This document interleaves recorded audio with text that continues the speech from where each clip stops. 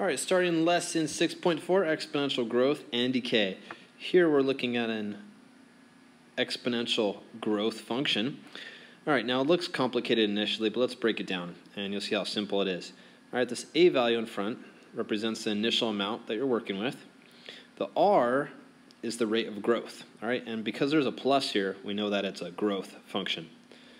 And then your t here is the time, and then y is the final amount that you're left with. Okay, and the 1 plus r here, that's your growth factor. That's taking this value here, and it's making it increase. All right, so that's why it's referred to as the growth factor. All right, so for example 1, it says the inaugural attendance of an annual music festival is 150,000. That's your A. That's your initial amount. The attendance Y increases by 8% each year. 8%, that's your R. But we have to write it as a decimal, so it's 0.08.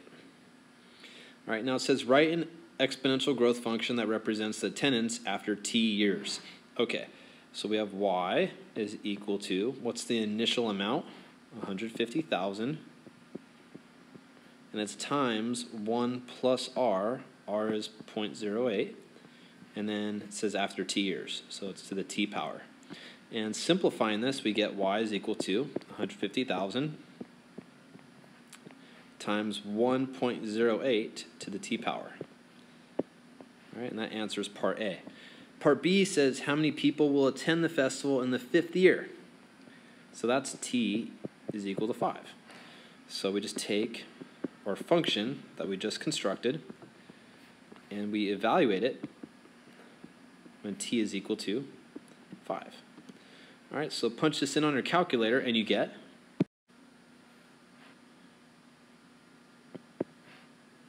204,073.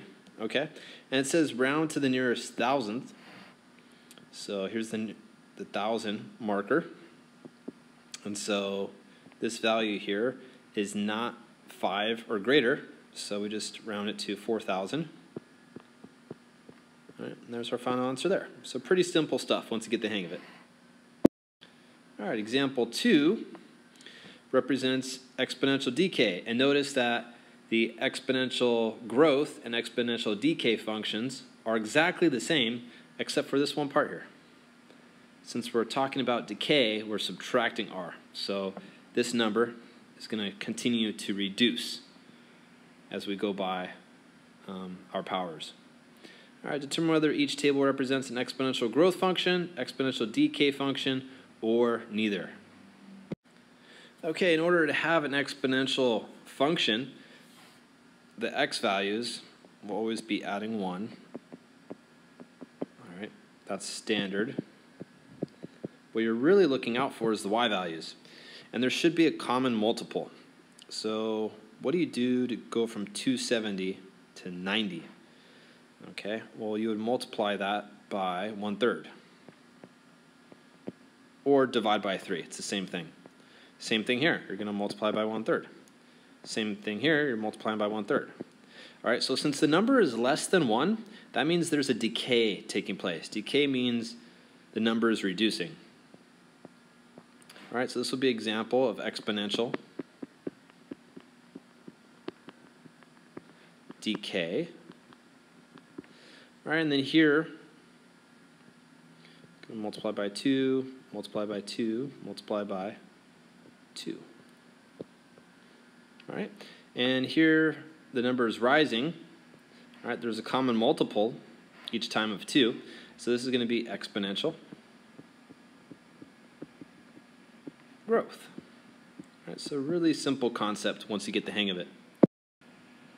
All right, determine whether each function represents exponential growth or exponential decay. Identify the % rate of change. Okay, so just based on this number here, you could tell if it's exponential growth or decay. All right, this number is greater than 1, so this is going to be growth. This number is less than 1, so this is going to be decay. And it asks you what the rate of change is. Well, I just need to break this down into 1 plus r. 1 plus r, this is what this component is. That's your 1 plus r. That's equal to 1.07. So to figure out r, I simply subtract 1, and I get 0.07. So my rate of change here is 7%. For the other one, since it's decay, it's 1 minus r.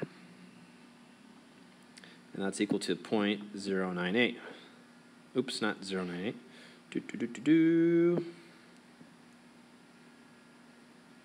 0.98. Alright, so here I subtract 1, and I get negative 0.02 divided by negative 1. I get r is equal to 0.02, or in other words, 2%. All right, that's all there is to that. All right, and the last concept, the compound interest formula. Okay, so this looks very complicated at first, but just like the other functions, it's really simple once you break it down. P is your principal. That's the amount you start with. R is your interest rate. T is your time. And M is the number of times the interest is compounded per year. All right, it means the number of times the interest rate is applied to the amount you have in the bank. So the more compoundings, the better. Our example 5, write a function. You deposit $100 in savings account. That's your principal. That earns 6% interest rate. That's your R. So that's 0.06. Compounded monthly. All right, monthly means that takes place how many times a year? Well, how many months are there in a year? There are 12. So that's your compoundings. That's your N. Write a function that represents the balance after 2 years. Okay, so I have y is equal to P times 1 plus R, which is 0.06, over 12 times N, which is 12, times T power.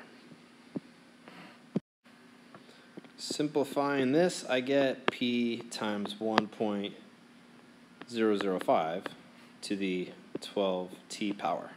All right, and that's all we could do with it. Oh, instead of P, I should have put 100. That's 100. Okay, now we're good.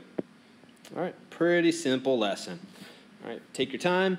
If you have any questions, please make sure to ask. Begin the assignment at the bottom of the webpage.